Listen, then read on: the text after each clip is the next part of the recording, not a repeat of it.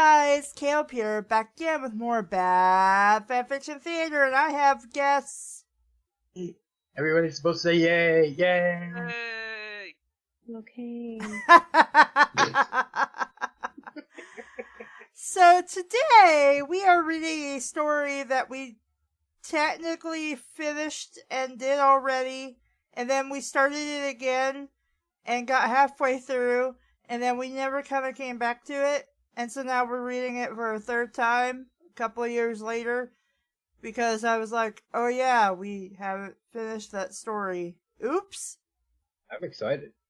I am terrified and excited and just a little bit aroused. So I have Dave, I have Jake the army guy, Mewies, and maybe sometimes coming in and out is going to be Norm. He's got to eat foods, so he might be joining us later if we're still reading, which we probably will be. So today we will be reading Cheerilee's Garden by Sunshine the Pony. If you are not aware, because I read Cupcakes and Sweet Apple Massacre, it's in the vein of those stories, but longer. Much longer. Yes. And sexier. I don't know about that part. I liked Cupcakes, not so much Sweet Apple Massacre, but... And we actually have somebody who at least is aware of the fandom, if not a fan of the fandom, so there might be some interesting insight that Dave and I didn't get to when we first tried to read the story. Are you talking about Norm? Every other paragraph, I'm going to break in and say, actually, what you need to know about this character is that they're fairly related to... No, I'm just kidding. I mean, I don't know. We'll probably just jerk off all over the story whenever we feel like it, so... So, Dave, if you would like to start, we will be reading by paragraph. I would not, but I will start. The entire theater complex was abuzz, the voices of 100 excited ponies, as Cheerilee peeked out carefully from behind the curtains hiding the stage. She saw rows upon rows of ponies sitting in the stands or moving between them, talking to each other as they waited and tried to make one last trip to get some food or beverage before the show.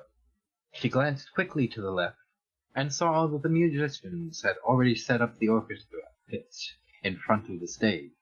They'd only be needed for a few scenes, but Cheerilee was still glad to have them.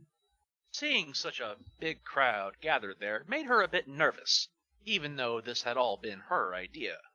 Almost all the seats were taken, and Cheerilee knew that there were barely enough to accommodate the entire population of Ponyville. The show would be subjected to scrutiny of a great many pony eyes indeed. She retreated back behind the curtains, hoping nobody had seen her. She felt that she would have been somewhat unprofessional. Everything seemed to be in order as she suspected the stage for the last time. Inspected. She does not suspect the stage. No, I think we should suspect her of ill-doing, good sir. Inspected. Banana. Damn it. Inspect the stage for the last time. All the props and the equipment were beautifully made, straight from the hooves of the masters. Cheerilee had only needed to tell them what she wanted, and they had provided it without any questions. Certain items must have seemed unnecessary. After all, they didn't know what she had in mind for this night. While she did, she was quite sure of their props would make even a professional theater jealous. The stage was divided into sections, each denoting its supposed location. This way, they didn't need time or backstage ponies to change the decor after each act, cutting down on the time needed for scene changes. Cheerilee was a big fan of the system, as it meant there was one less thing for her to worry about. Pony named Cheer being a fan of something. She turned back and headed for stage left, where her students were busy getting all dressed up. It was a total chaos, with bits and pieces of costume scattered across the room like sprinkles on a cupcake. At the center of this mess were the Cutie Mark Crusaders, as Cheerilee had come to expect. The fact none of them had sprouted a making trouble Cutie Mark yet surprised her more, each and every day. Hey, that's my helmet!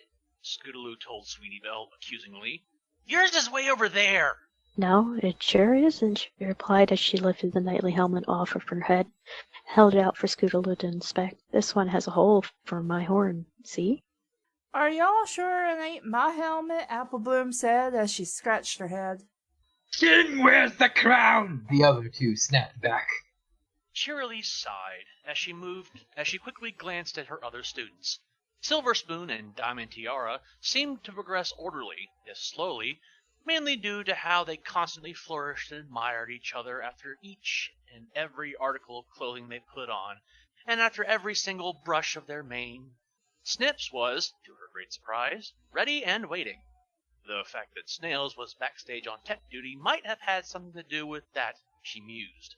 She remained confident they'd make it in time, as she had the great foresight to start them all on preparations much earlier than any pony would have thought necessary. She had come to know this little group throughout the months. She was prepared for almost anything.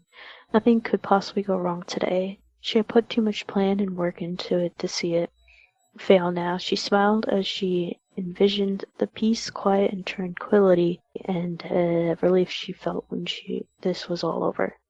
All right, students, she chimed. Let me just run you through the steps one last time.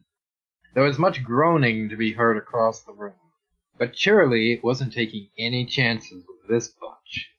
If you still have a part to play, but aren't needed on set, come back here. If your role is all played out, exit the stage on the other side. You'll be able to watch the rest of the play from there. That is, if you didn't see it enough already. She paused for a moment to ascertain every pony was still listening, and they all nodded. If you forget your lines, just improvise or pick up from the point of the script you do recall. If the pony you're playing with skips for some of your lines, don't try to correct them. Remember, they may notice if some pony doesn't follow the script, but the audience won't as long as you skip the dialogue flowing. Keep the dialogue flowing. The fillies and Snips nodded again, and Cheerilee smiled at them. Good. Now get ready. I have to see the opening of the show, so be ready and on set in no more than 10 minutes. She walked away as the young ponies got back to it, and Cheerilee thought they seemed to quarrel and delay slightly less this time, though that was probably just her imagination. The last time she had to check up on Snails, whom she put backstage due to his absolute inability to do even the most basic of acting. All he'd have to do there was listen for curtain cues and then carry out one specific action. She even written all of that down on a list that was easy enough to follow even for him. To this point, he had done okay during their practices, but you'd never know. She gave him a few reminders, and he assured her that he wouldn't let her down, all the while wearing that idiot grin of his. Cheerilee sighed as she went back to the main stage, resigned to the fact that she'd have to leave this one up to fate. She was pleased to see the other ponies already gathered and in position when she got there, all of them sitting around a U-shaped table, the open end of which was pointed into the direction of the crowd. Apple Bloom was dressed up as someone of royal descent, a shining crown on her head, and a regal mantle flowing down from her shoulder. To her right were the remaining two Cutie Mark Crusaders, both dressed in exaggerated versions of knightly armor. Sweetie Bells was colored as white as her own coat, while Scootaloo was bright red. Considering this glaring difference in color, Cheerilee wondered how they could possibly mistake each other's helmet for their own. Anyway. They looked heroic and chivalrous compared to the other two ponies on the other side of the table, which was exactly the idea. Silver Spoon's costume was pitch black, while Diamond Tiara's was a deep purple. The style of their costumes was likewise different from the two knights. They both wore something more akin to a courtier's dress or a diplomat's gown than a warrior's armor. Mean looks were being exchanged all over the table, and Cheerilee couldn't decide if they were genuinely trying to get into character or if the natural animosity of the CMC toward the other two fillies was at work here. The only acting pony who wasn't on set yet was Snips, but then again, he wasn't even in the next scene. Cheerilee walked over to the left side of the stage and held the curtain aside for herself. The leader of the orchestra immediately spotted her as she emerged next to him, and raised an eyebrow questioningly. She nodded to him, and he nodded back, turning his attention towards the musicians, most of whom were friends or families of the actors. Cheerilee stood back behind the curtain, as she heard the first soft notes float through the air. By the time she was back in the curtain of the stage, the music had increased in volume, could be heard all throughout the theater, and conversation slowly dying down as every pony took their seats. Cheerilee looked up to see Snails, thankfully in the right spot between the stage lights, waving at her sheepishly. The ushers took their cue from the music, and slowly the lights in the theater hall died down. The pace of the music increased, and the feeling of anticipation intensified, until suddenly the curtain slid open a few feet, accompanied by the rolling of drums. She stepped forward past the curtains as Snails turned on the spotlight and aimed it at her, bathing her in a circle of light as she moved. Despite the curtains being partially open, the darkness behind Cheerilee revealed nothing to the audience. The music stopped, and Cheerilee's voice took over, ringing out crystal clear throughout the enormous room due to the perfect acoustics. There seems to be a lot of pomp and circumstance for what it seems like a children's pageant. Yeah, elementary school play. Yeah. Ladies and gentle court, it is with great pleasure, great pride, that my students and I welcome you to our very own play. They have all worked so hard over these past few months, and we hope you enjoy it as much as we enjoy bringing it to you. Of one thing I am certain. This will be an evening you won't soon forget. Cheerilee smiled widely despite herself. It was just the kind of opening she thought every pony would expect. But she was certain the last part would turn out to be true in more ways than one. And now, without further ado, I am proud to introduce, performed in Ponyville for the first time ever, Reginald the Sly. The music exploded again during her last words as she disappeared behind the curtains, following them to the right side of the stage as they slid open behind her. The music died down once again as the spotlight was turned off and the main stage lights turned on, slowly illuminating the scene. Cheerilee could hear the play starting while she went down a set of stairs to get underneath the stage. The size of the stage itself was impressive, but the area underneath it was simply amazing. There was plenty of room to install all sorts of devices to spruce up any kind of play, and the stage itself was thick and well isolated enough that ponies could work down here without disturbing the actors on stage. She had once started banging a metal pipe against some of the iron stage supports during a rehearsal, just to see if her students would hear it. They didn't. She made her way in between the beams supporting the stage and the various props and gadgets that reached down from the stage, heading to the prompt corner. She finally arrived at a few wooden steps, which took her to a level halfway between the stage and the area underneath it, so that only her head peeked up above stage level.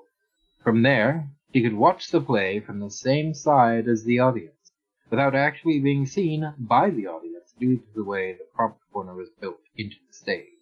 From the audience's point of view, it looked like a slightly raised box.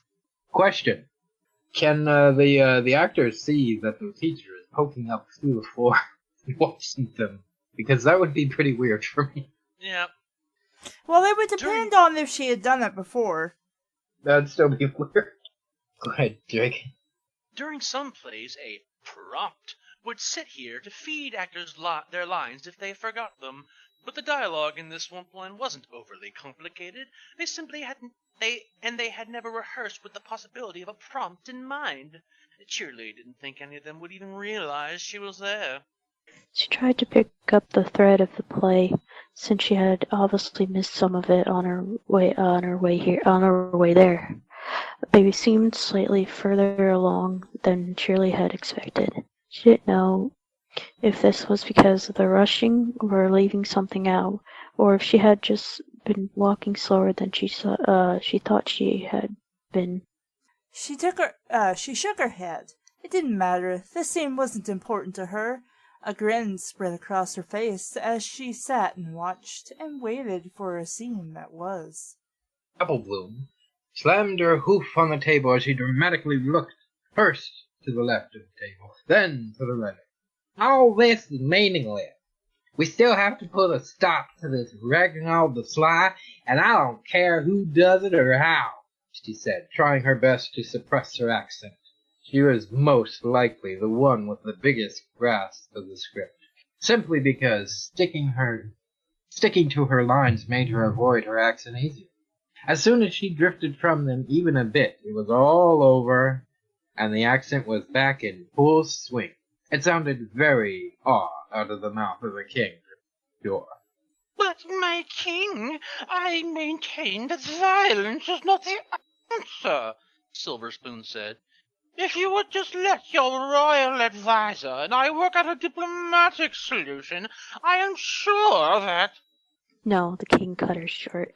Do you think, no, not what goes on when, have my bath turned? The two of you will stay... The bath turned. Back turn. The two of you will stay right here. Whoa! Sir Lancelot the Brave, entrusted this task to you. Find this villain and bring him back here, so he may face my judgment, she decreed as she leaned forward over the table, pointing her hoof at Scootaloo before banging on the table again. Just leave it to me. I'll bring him back kicking and screaming, Scootaloo said as she raised a hoof enthusiastically, completely ignoring the script and the lines she should be using. Fortunately, it came down to much the same thing, which was probably the only reason the fillies couldn't hear Cheerilee grinding her teeth all the way out on stage. Scootaloo got up from the table and bowed down before her king before taking a few steps away from the table and turning around. The lights went out for a short moment, and when they were turned back on, only Scootaloo was on stage. The king's table was completely deserted, and less lighting was focused on the area than it was before. In addition to this, Scootaloo was now carrying a white lantern around with her, holding it under one of her wings. Some strong wings. She started walking across the stage, taking roundabout routes around some set props and pieces of decor. There are the woodlands, there's no doubt. So where could that weaselly Reginald be? I heard he's sly as a fox, and true as that may be, he'll never outwit the likes of me. Speaking thusly, Sir Lancelot came up to the part of the stage that quite obviously represented a mountain with a mine entrance leading into it. The backdrop of the decor served as the mountain, while the shallow mine entrance was more of a little building on stage, and expertly made.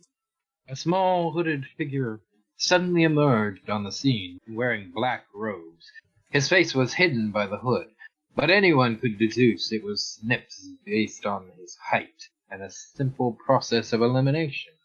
The new arrival casually strolled down the same path Sir Lancelot was currently on, and it wasn't long before they crossed paths in front of the mine itself. Halt, by order of the king. I, Sir Lancelot, have come to put an end to Reginald the Sly. Are you he? Scootaloo said louder than was necessary even during the play. Oh no, noble knight. I am but a simple hermit, living in the mountains yonder, the robed figure replied as he motioned toward the mountains in the distance. I call thee on thy bullshit. Scootaloo scoffed at this and raised her chin. A little thing such as you would indeed not have been much of a challenge. You look like you can hardly stand upright during a gentle summer breeze. Now tell me quick, simple soul, if I wish to find this Reginald, where should I go? Ah, you are indeed fortunate, Sir Knight. The villain you seek has his lair in this very cave. The robed pony motioned at the mine entrance with a nod of his head. In there? In You're there. sure of this? The brave knight asked as she peered inside. Of course. Would I lie? You might have to leave your lance behind, though. A lot of narrow passages down there. The filly threw the stranger a few scrutinizing glances and looked straight at the audience and shrugged. She placed her lance against the rocks outside and approached the entrance. If I don't find him in there, I'm coming back here to kick your flank, Scootaloo said, again interpreting the script liberally. As soon as she stepped into the darkness, Snip sprang into motion and pulled the rock away to reveal an old-fashioned lever hidden there, not unlike those used to change the direction of train tracks. Dun, dun, dun. Hey, it's dead in here. It's What are dead. you playing at? It's a Oh, daddy. it's a... Oops. Hey, it's a dead end here. What are you playing at? Scoodle's voice came echoing from inside the mine. Upon hearing this, Snips pulled the lever into a neutral position, and at once a metal gate slammed shut over the entrance to the mine. Scootaloo's helmed head reappeared in the light as she looked at the metal bars in front of her with fake astonishment, shaking them violently with her hooves. "What is this trickery? Let me out right this instant, or the justice of King Golden Crown shall come down upon your head, be whoever you may." The hooded pony let out a diabolical. See, we're not the only ones Just like fucking that. up words. The hooded pony let out a diabolical laugh.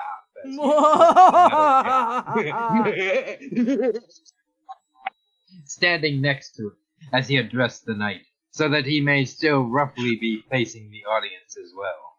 Be whoever I may? Why, you're thicker than I thought, you righteous fool! It of course is I, Reginald the Sly, Snips announced as he drew back the hood to reveal himself.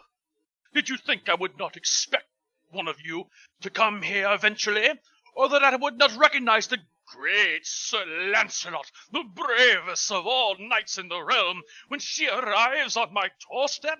It is your courage that shall now be your undoing, he said, followed by more laughter. Sir Lancelot shook the metal gate some more and tried to lift it up, but she could not. Devil, you heathen, you dishonorable wretch. When I get out of here, it'll be off with your head. Reginald the Sly paused for a moment as he put both his hooves on the lever once more. "Then it is fortunate," he said menacingly, "that you will never get out of there, ever again." He pulled down, and suddenly a great rumbling could be heard throughout the theater as the orchestra kicked in with an impressive display of percussion instruments. Sir Lancelot, much like the audience, recoiled and looked around fearfully, taking a few steps backwards into the mine, thus disappearing out of sight. There was a loud crash as a cloud of smoke or dust erupted from the mine. Once it cleared out and the music died down, the audience could see the entrance of the cave again, but the opening behind the metal gate was now blocked by what appeared to be a wall of stone and rubble. Snip simply took the lance of the knight had left behind between his teeth and walked off as the stage lights gradually died down and the curtains closed. I want him to snicker like Snidely Whiplash's dog. As he I can't do it. The audience remained silent for a moment, surprised by the sudden development, but then suddenly started talking amongst themselves about the events of the play so far. The only one who seemed to have anything bad to say about it was Rainbow Dash, who thought it was pure folly to kill off the character of the most talented actor in the group so soon. Cheerilee left her spot in the prompt's corner and went back under the stage. She headed in the direction of a faint banging noise, towards the part directly under the mine. She couldn't help but smile at the thought that everything she had worked for all these months was finally about to pay off, and memories of how it had all started involuntarily flooded into her mind. Flashback. And that's how Equestria was made. Cheerilee concluded her little history lesson. She turned away from the blackboard to face the class, and was at once struck by how eerily unfamiliar the scene still felt. Even the board had decided to change up the groups and put her in charge of the little fillies and foals who needed some extra attention, things that had been taking a turn for the worst. She was used to seeing students off at the end of the year and welcoming new ones back in the beginning of the next, of course. But despite that, getting a new group assigned to her out of the blue just didn't quite feel right. Especially not this group. Cheerilee thought as she gritted her teeth in pure frustration. It became at once clear that no filly or foal in the room had actually been listening to a word she had said. As per usual. Instead, Sweetie Belle and Scootaloo were having a hushed conversation, while Silver Spoon and Diamond Tiara seemed to be more inclined to admiring each other's jewelry instead of concentrating on the lesson at hand. In the back row, Snips and Snails were laughing at something that could only ever be amusing to the likes of them. Savages. Savages, yes. Is Cheerilee's big problem here that she got assigned to the special ed class? I think so, yeah. Okay. A smile suddenly crept onto Cheerilee's face as she noticed there was, in fact, one single filly who seemed to be paying attention. Oh, Applebloom, do you mind explaining the importance of the day-night cycle to your less attentive classmates? Cheerilee asked as cheerfully as she could manage. That wasn't very cheerful. To her great surprise and even greater annoyance, Applebloom seemed to veer up at the mere mention of her name, looking around the room somewhat panicky. Oh, yeah, I suppose, let's see here now, Applebloom said as she scratched her head. Night and day are important because there were only one were the other, either Luna or Celestia to be very sad, she concluded with a smile, raising a hoof. And that's it, right? Gesture. This really is the short bus class. Cheerilee gritted her teeth once again. Of course, the one filly who had been paying attention hadn't understood a word she said. As Cheerilee opened her mouth to formulate the single word, to formulate a chastising response, Scootaloo suddenly loudly interjected. That's stupid! Really, who could ever come up with a reason as ridiculous as that? He pointed a hoof towards Applebloom. I don't say you coming up with any better answer either. I bet you don't even know what you're talking about. Applebloom retorted, just as loudly as she crossed her hooves in front of her chest. Now spit into the spontoon. Boing, bing. Oh yeah? Why did I get a better grade on that last test then? We all know you cheated. Did not, did so, did not, did so, did... Oh, Cheerilee shouted. This is neither the time nor the place to hold such pointless debates. You're here to learn, pay attention. And that goes for all of you. Yes, you too, Diamond Hair, and Elixir Surprise.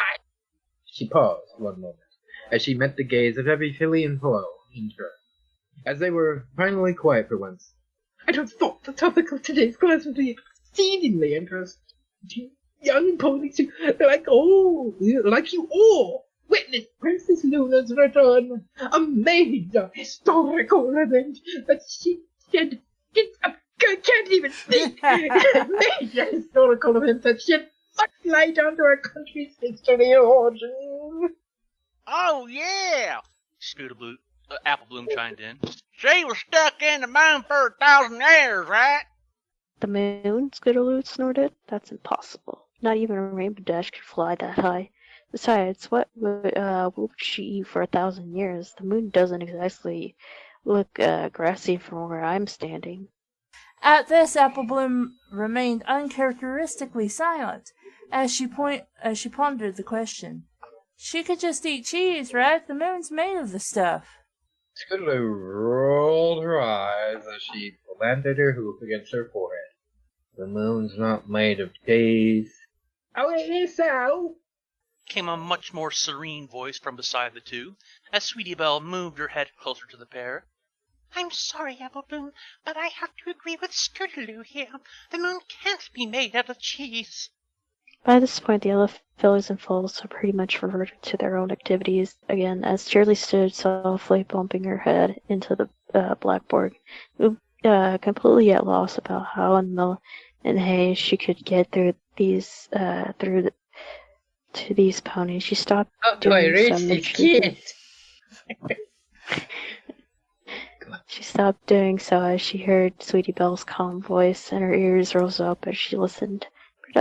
Perhaps at least one of them had some sense in her yet. It can't be made out of cheese, Sweetie Belle started confidently, because if it was, then it'd have eaten a huge hole in it by now.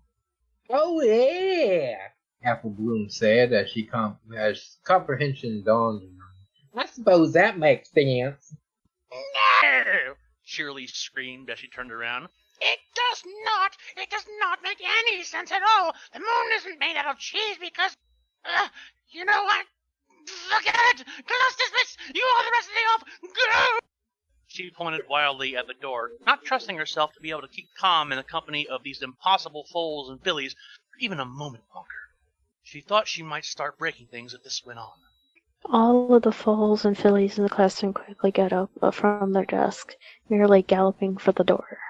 What's up with her? Scootaloo asked as soon as they got out of the room, but when they were still well within earshot of Cheerilee. Meh, I don't even know, Apple Bloom said as she shrugged. I'm immensely stupid. They suddenly heard the telltale crash of shattering glass coming from the classroom behind them. They both looked back over their shoulder, looked at each other, shrugged and continued on their way. Because I wouldn't go investigate that or anything. Cheerilee paced up and down the length and wide of her living room relentlessly. Pieces of splintered wood covered the floor, starting out at where her table had been and trailing all the way into the kitchen. Where could you just make out the rough outline of what had once been one of the table legs? Shards of porcelain, and why am I saying oh my god, porcelain. Porcelain. That's okay. When I encounter somebody at work and their name is Deborah, I read it as Deborah. And hardened clay were sprinkled around, and the place just generally looked like a hurricane had swept through it, or two. Cheerilee stopped pacing around for a moment, but only so she could aim a few well-placed kicks at the remaining pieces of furniture in the room. Why? Why can't I get these ponies to behave? She screeched in frustration.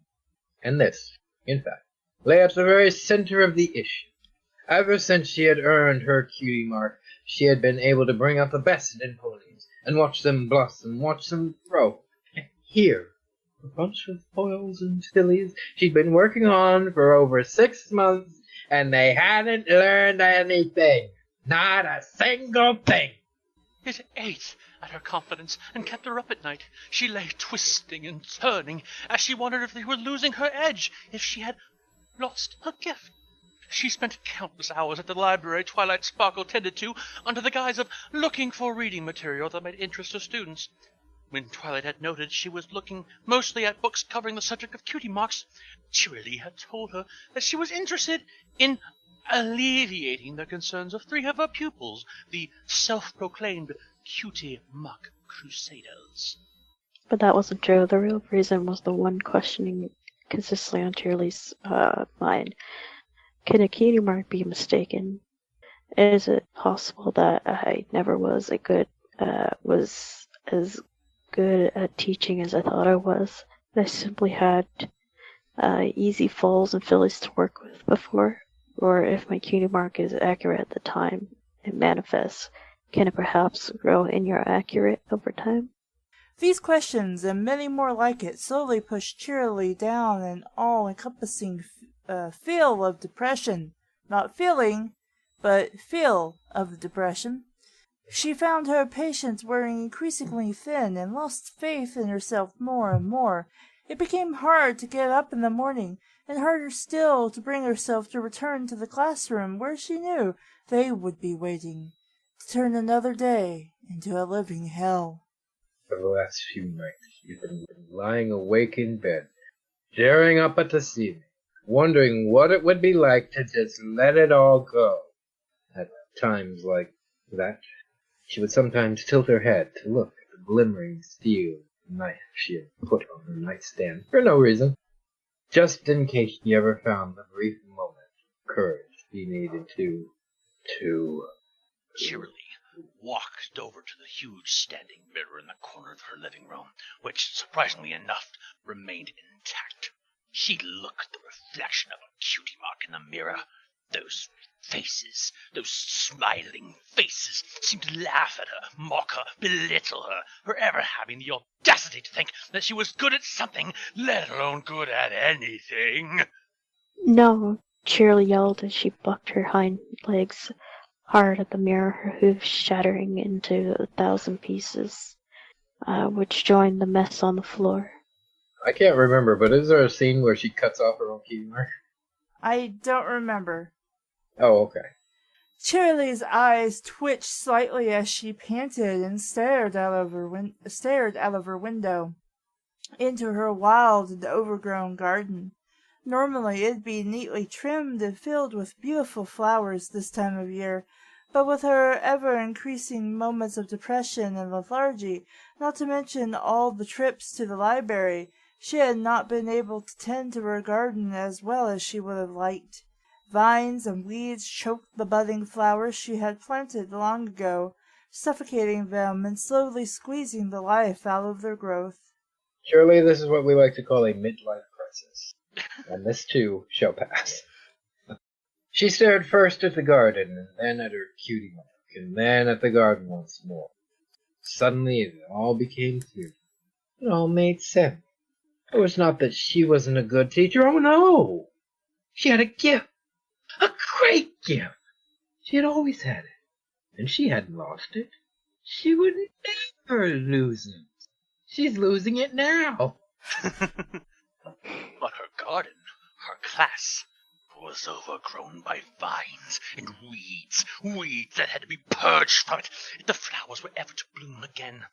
Vines that had to be cut down and pulled out root and all if she were to take her responsibilities as a teacher seriously. Surely you must correct them. She quietly sat staring out of her window as night fell, the stars and the moon barely illuminating darkness enough for her to see. She thought about what she should do next, what she could do. She realized the plans she was making were for the best and would eventually save more lives than it would ruin. But some ponies, most notably the families of the weeds she had identified, might not see the same way. They wouldn't be able to comprehend the truth of the matter, not in the way she did. So she'd need to be subtle. She'd need to be crafty. And yet, something inside of her didn't want this all to go down quietly in the night. She desired a show. She desired a spectacle. She wanted to show everyone in Ponyville, once and for all, what a great teacher she was, and to assure them that she could deal with any problem that might come up during their fillies and foals' education, even if the filly or foal in question was the problem. She struggled with these seemingly contradictory goals for a while, before finally receiving yet another epiphany, another glorious idea. I think, she whispered quietly in the dark as she slowly grasped the knife from the nearby nightstand and held it in the light of the moon. It's time for another school play. How is she holding the knife? It's ponies, we don't question it. It's just Okay. habits. Oh, all right. She started giggling as all her fears, doubts, and other dark emotions burst forth into a vortex of madness. She snatched up a picture frame from the desk next to her. The picture contained has been taken just early that month. It was the obligatory teacher with her class photograph they made every year. She took it out of the frame and lit one of the candles in the room, surprised that she still had one that wasn't too broken. As the little flame illuminated the room, she carefully held the picture in it. The flame burned brightly and started to consume the picture, looking at the hooves, the foals, and fillies whose image has been captured on it. Can we get a moment to as a group do a mad giggle, like going one of those going insane laughs on Ready? three, Here we go. 2, 3. 1. Oh, you can count if you want. Wow. All right, here we go. 3, 2, 1, go.